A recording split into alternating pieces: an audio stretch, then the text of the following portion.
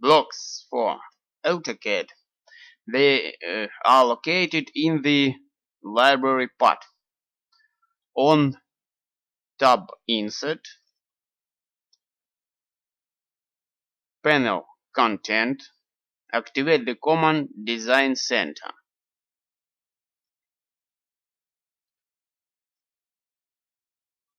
In Program File, AutoCAD 2016, go to the sample field. We have